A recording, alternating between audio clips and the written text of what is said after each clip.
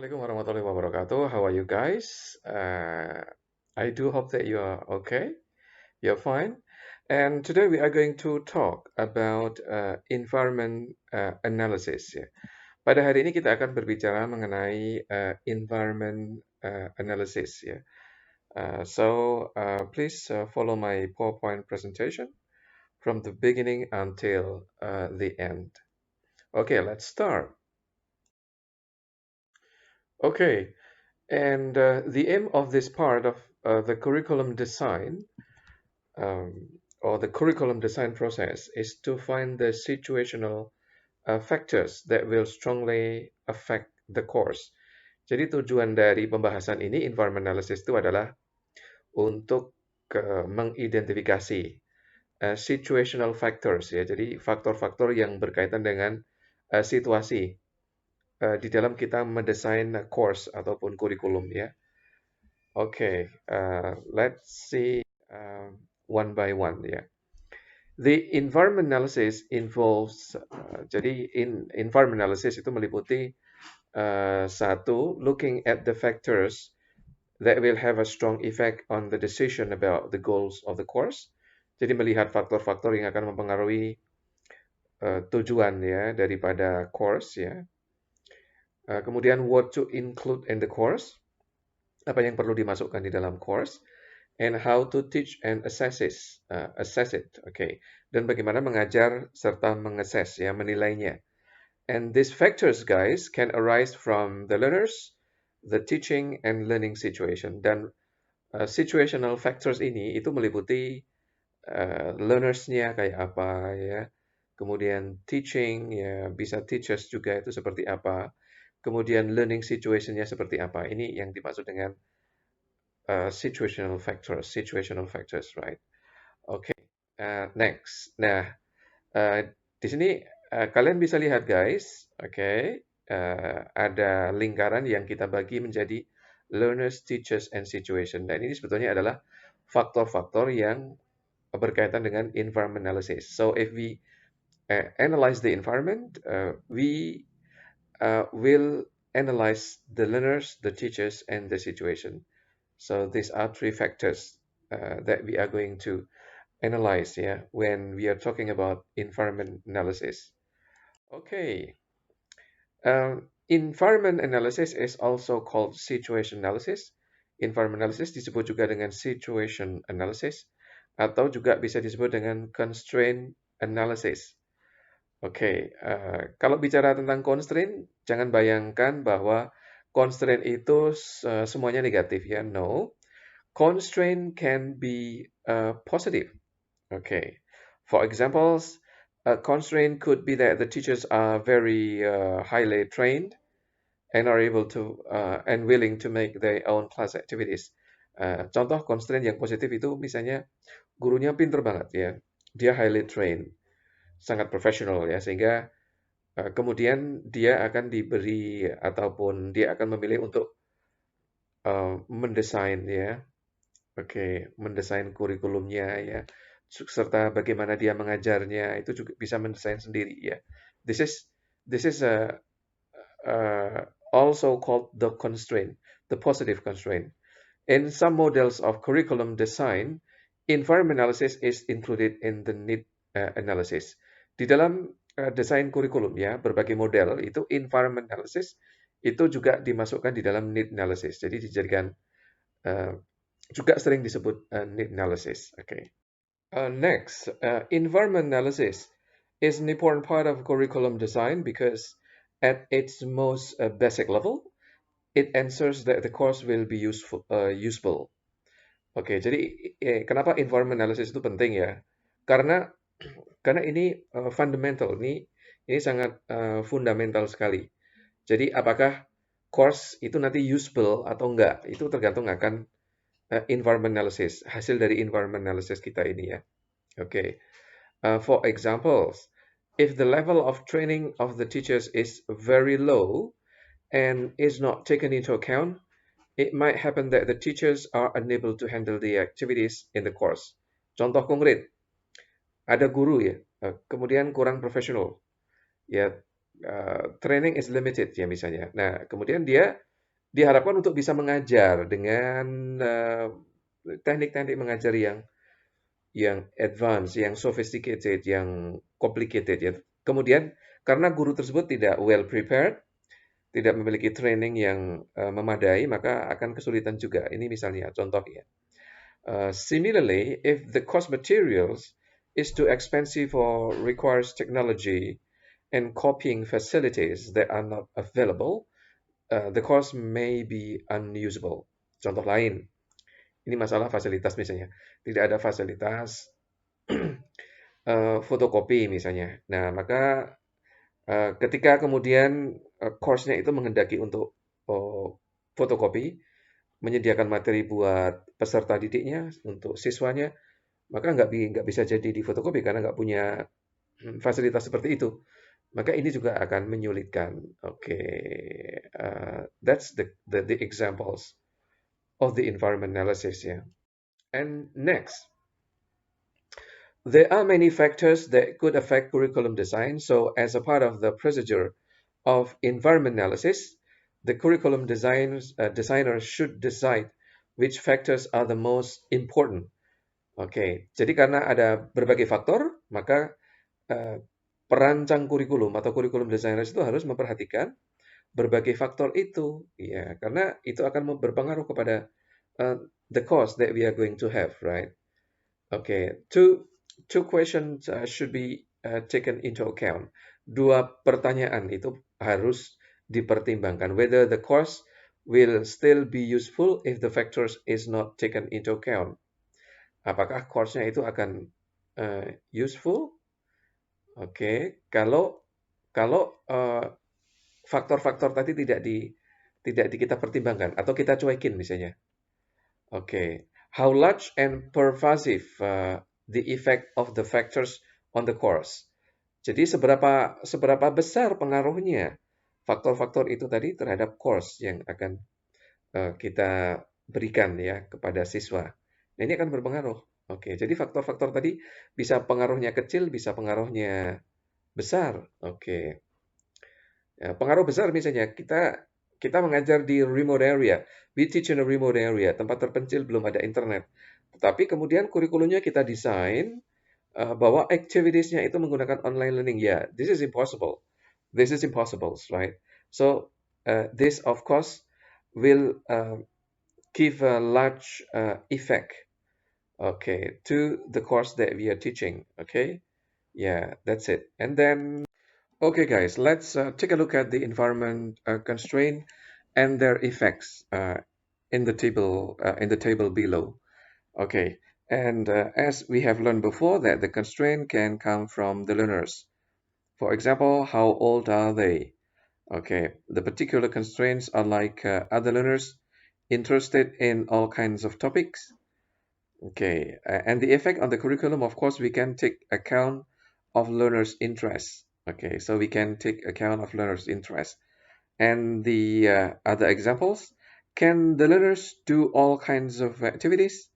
And the effect on the curriculums, we can use appropriate activities. All right, okay. And this is another constraint. What do they know? Okay, let's talk about the particular constraint. For examples, do our students share the same first language? Okay, if they do, we can use teacher-centered activities. Okay, teacher-centered activities. All right. Okay, and the second one, can their native language be used to help learning? Okay, if yes, we can use some translation. For examples, you teach students whose background is Indonesian, so they have Indonesian as their native language. So we can use English, but sometimes we can switch to Bahasa Indonesia. Okay, and there is also another particular constraint. What previous learning have they done? This is important to be taken into consideration. Okay, if for examples we know and we understand about students having the previous knowledge about certain uh, certain or English level, okay, certain English level. We can, for examples, use intermediate reading, okay, or reading which is not very difficult to understand for students who have low ability in English, for examples. Okay, next. Again, this is the learners, okay, learners, environment constraint. In terms of learners, do they need English for a special purpose? Okay, and particular constraint is like, will they use English for a wide range of purposes? If yes, so we can set a general purpose goals. Okay, do they expect to learn certain things from the course? If yes, we can include expected materials based on what they expect, based on what student expects. Okay, and next, do they have expectation about what the course will be like? Okay, and the effect of the curriculum is we allow learners to negotiate the nature of the course. So we discuss the course with the learners, and we can ask a question to the learners. What do you expect? And of course, we take into consideration the learner's opinion. Okay, so this is called negotiating the course. Okay, and then do they have preferred ways of learning? For examples, are they interested in learning English? If yes, we can use highly motivating activities. So motivating activities, of course, will motivate the students. And do they have to learn English? If yes, we can include relevant topics. Okay. Can they attend class regularly? Okay. If yes, we can use recycle activities. Okay, so we recycle the activities, and we can also use a spiral curriculum, meaning that we sometimes repeat the topic that we have taught to our student. Okay, to strengthen their competencies, to remind them of what they have learned before, something like that. This is very important. Okay, and then from the teachers, what are the constraints? For examples, are they trained? Okay, so the training of the teachers is a kind of a constraint. Can they prepare some of their materials? Okay, if yes, they can provide ready-made activities. Okay, so they have to make activities, and then they use activities for teaching. Can they handle group work, individualized learning? If yes, they can use group work activities. Okay. Another constraint in terms of teachers, are they confident in their use of English? Can they provide good models? Means that can they speak English well with a good pronunciation, beautiful pronunciation, so that they can become models for their students? If yes, the teachers can provide tip materials, so they can record the English, okay, and use as a model for their students. Okay, number two, can they produce their own spoken or written materials? If yes, they can provide a complete set of course material. Can they correct spoken or written mistakes? If yes, they can use activities that do not require feedback. This is the examples. Okay. Um, and this is still teachers' constraint. Do they have time for preparation and marking? Okay. The particular constraints are like, can the course include homework? Okay. If yes, they can provide homework activities. So the student should do the homework at home. Okay. Can the course include work with which has to be marked? If yes, they provide answer keys, right? Okay. So this is particular constraint, and this is the effect of the curriculum. So every constraint influence or brings about the effect of the curriculum designs. Okay, and now let's talk about the situation as environment constraint. For examples, is there a suitable classroom? Okay, particular constraints like, can the arrangement of the desk be changed for group work? If yes, you can use group work activities. So we divide the students into small groups, and we ask them to sit down on a certain arrangement of the chairs, and they can do the group work activities. Okay, And next, is the blackboard big enough and easily seen? If yes, use materials that does not require the students to have a course book.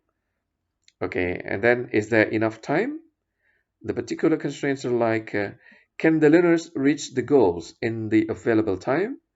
If yes, we can set stage goals. Okay. Is the course intensive? If yes, provide plenty of materials because in intensive course, the students will meet with us as teachers frequently. So uh, because uh, it happens frequently, I mean the class happens frequently, we have to provide ourselves with plenty of materials, a lot of materials, okay? And number three, can learners give all their time to the course? If yes, set the limited goals. Okay, next, are there enough resources? Okay, can materials be photocopied? Okay, can each learner have a copy of the course book? Is there plenty of supplementary materials? Are tip recorders, etc. available? And there are effects of the curriculum designs, of course. Something like we provide individualized materials, use teacher-focused materials, match the content of the to available supplementary materials, develop audio and video tape materials. Jadi efeknya di sini ya, ini constraint-nya ada efeknya pasti ya. Dan strategi yang harus kita lakukan ya. Karena constraint-constraint ini tentunya muncul strategi-strategi ya. Nah, ini namanya environment analysis. Kemudian, is it worth developing the course? Pertanyaan seperti ini menjadi constraint, particular constraint. Do learners meet English outside class? If yes, for example, we can provide contact with a large amount of English in class. Will the course be run several times? If yes, put time into preparing the course, something like that, right? Okay, understanding constraint. In order to understand a constraint fully, it is usually necessary to examine the nature of the constraint in the environment you are working with. Sorry, and to examine previous research on the constraint. Okay. Jadi, kalau kita ingin memahami constraint ini secara penuh komprehensif, ini penting bagi kita untuk meneliti, mengidentifikasi constraint-nya seperti apa ya. Apakah constraint-nya ini jenisnya dari teachers-nya, students-nya, atau the situation, seperti itu. Oke, setelah itu kita juga perlu to examine previous research. Kita harus mempelajari riset-riset yang pernah membahas masalah ini. Nah, ini penting banget untuk memberikan kita solusi ya. Oke, jadi guru, pendidik juga harus banyak membaca research because it will improve our teaching. It will improve our curriculum design. Okay. For example, if the constraint of class size is considered to be important for the particular course being designed, it is useful to know exactly how large the classes are. Do they contain 40 students or 140 students? Is it possible to change class sizes? Nah, misalnya constraint-nya adalah ukuran kelas. Kelas besar, kelas kecil, 140 anak atau cuma 40 anak. Ini akan berpengaruh bagaimana nanti kita mendesain pembelajarannya. Oke, apakah pakai group work atau small group discussion atau seperti apa? Ini penting banget. Maka kita lihat hasil penelitian sudah banyak yang membahas masalah ukuran kelas ini dan bagaimana kita mengajarnya. And di sini disebutkan there has been considerable research on examination of teaching large classes. Okay. All right. Next. There have been also many articles and books on the activities and techniques for large classes. Buku-buku juga perlu dibaca ya, artikel-artikel juga perlu dibaca. Okay. All right. Okay. Good curriculum design must take into account of research and theory so that it provides the best possible condition for learning that the state of the art allows. Ya, sudah saya terangkan tadi. Jadi good curriculum design, kita sebagai designers dari kurikulum dan designers pembelajaran di kelas, ini harus keep in touch ya, harus tetap tune in dengan research dan teori-teori dan riset-riset terbaru ya. Nah, ini membantu kita sebagai pengajar ya, bagaimana kita kemudian bisa mengajar dengan baik di kelas. Kita bisa mempersiapkan kurikulum ya, kemudian menyiapkan silabusnya seperti apa ya. That's important, guys. Next, some of the major constraints investigated by research and analysis include the time available, cultural background, the effect of the first language on language learning, and special purposes. Nah, oke, misalnya ini di sini ditunjukkan bahwa constraint-constraint yang sudah pernah di research, diteliti itu misalnya masalah time available, masalah latar belakang budaya, itu kan juga merupakan constraint itu. Harus disesuaikan dengan kurikulum kita. Effect of the first language, efek dari first language, bahasa pertama kita kepada bahasa yang kita pelajari, misalnya bahasa Inggris. Oke. Kemudian special purposes, tujuan-tujuan khusus lainnya ya. Oke. The following section looks at the time as an example of an important constraint in the environment and provide information that would be useful in helping to plan the length of the course. Misalnya, di sini ngomong masalah times ya. Times itu juga bisa menjadi constraint. Constraint itu ya. Misalnya ya, yang berhubungan dengan waktu misalnya. Waktu yang tersedia untuk mengajarkan sebuah course misalnya. Useful information to gather about the constraint is how much class time is available. Harus kita identifikasi berapa lamanya waktu yang tersedia. Oke. How much time out of class could be given to learning and what the goals of the course are, right? Waktunya berapa yang tersedia? Misalnya you guys itu 16 kali pertemuan ya. Karena ini 4 SKS, maka pertemuannya ya sekitar 3 jam ya, lebih ya bisa. Nah, ini harus kemudian diadaptasi, di take into consideration, dipertimbangkan. Ya, karena apa ketika kita misalnya menulis RPS atau RPP ya kalau bahasa sekolahnya, kita harus menyusun waktunya kan. Kapan gurunya harus membuka kelas, kemudian berapa menit ya, kemudian untuk activities berapa menit, activities selanjutnya berapa menit. Ini kan harus ngerti ya waktu yang tersedia. Kalau 2 SKS ya waktu yang digunakan untuk activities ya sejajar dengan 2 EKS, 2 SKS. 4 SKS ya 4 SKS dan seterusnya. Oke, good. Useful research information would reveal what could be achieved within certain time period. Oke, jadi sebuah course itu akan terselesaikan dengan baik kalau kita nanti nyusunnya kurikulum, nyusunnya silabus sampai kepada lesson plan-nya itu ngerti ya waktu yang tersedia itu berapa ya. Kalau nggak ngerti ya nanti kacau, akan molor ya, akan kekurangan waktu bisa jadi ya, akan kelebihan waktu bisa jadi ya. Right? Okay. Next, an environmental constraint can be approached in two ways. The first is you can work with the constraint, and the second one you can overcome the constraint. Jadi environment constraint itu bisa dihadapi ya dengan dua strategi. Yang pertama, ya kita jalani constraint-nya apa. Oke, kemudian yang kedua, kita mengatasi constraint, hambatan waktu yang tersedia. Oke. Another way of limiting would be to try to cover most of the language item and skills, but at a rather superficial level, relying on later experience to make up for the quick coverage. Alternatively, very intensive study procedures could be used, right? Okay. Ada juga yang jamnya karena terbatas, maka si guru yang bersangkutan itu membatasi hanya pada hal-hal yang penting yang bisa diajarkan. Bisa mengajarkan speaking ya. Hanya ekspresi-ekspresi tertentu yang kemudian diajarkan itu juga bisa seperti itu ya. Oke. Oke, next. Steps in environment analysis. Step-stepnya satu, brainstorm and then systematically consider the range of the environment factors that will affect the course. Jadi di brainstorming dulu ya, di list constraint-nya apa saja deh ya.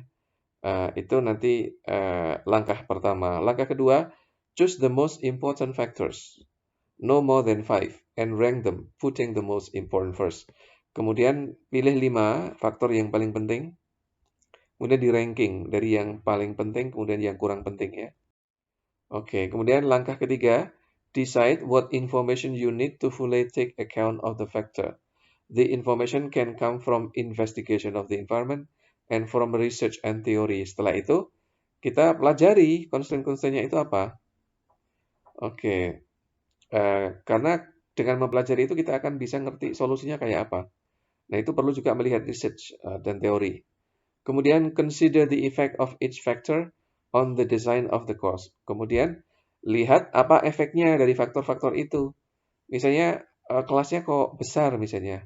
Ada sekitar 45 anak atau 50. Nah, ini harus dipikirkan. Nah, nanti eh, teaching activities-nya ini mungkin bisa diskusi kelompok kecil-kecil kan misalnya. Biar gurunya nggak teriak-teriak terus di depan kelas ya. Karena kelasnya banyak kan harus teriak-teriak itu ya misalnya. Nah, ini contoh dari efeknya yang harus kita lakukan ketika kita menganalisa lingkungan.